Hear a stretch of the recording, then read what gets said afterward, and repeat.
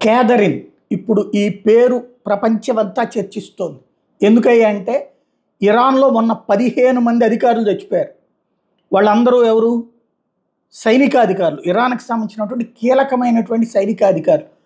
Navy chief, army chief, air force chief, deputies, ఇట్లాంటి అత్యంత ముఖ్యమైనటువంటి వాళ్ళందరూ కూడా పోయారు. ఎట్లా అంటే క్యాథరిన్ అనేటటువంటి మొసాద్ గూఢచారిణి అమ్మాయి తన దేశం కోసం తన శీలాన్ని పక్కన పెట్టింది కాదు, ఫణంగా పెట్టింది.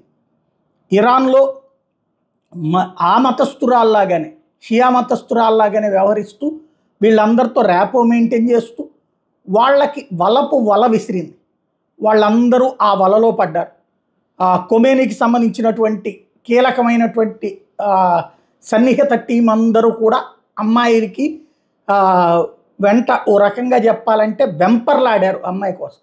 వాళ్ళని ఆ విధంగా సుఖపెట్టింది కూడా.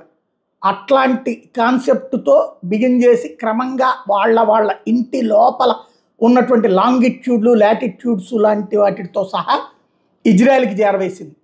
ఆ ఒక్క లేడీ చేసిన దెబ్బతోనే ఇప్పుడు టోటల్గా మొత్తం వ్యవహారం బయటపడింది.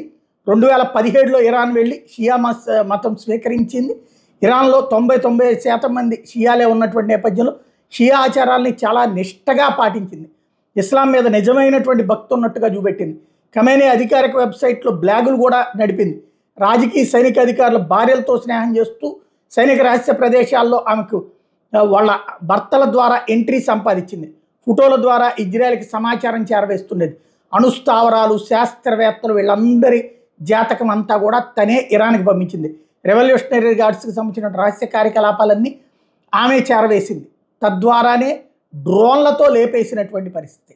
డ్రోన్లతో అంత పర్ఫెక్ట్గా ఏ కిటికీ లోపల నుంచి కూడా వెళ్ళినటువంటి డ్రోన్ అంటే అంత పక్కాగా ఎట్లా వెళ్ళింది అన్నది ఇరాన్ ఆరా తీస్తే క్యాథరిన్ పేరు బయటకు వచ్చింది.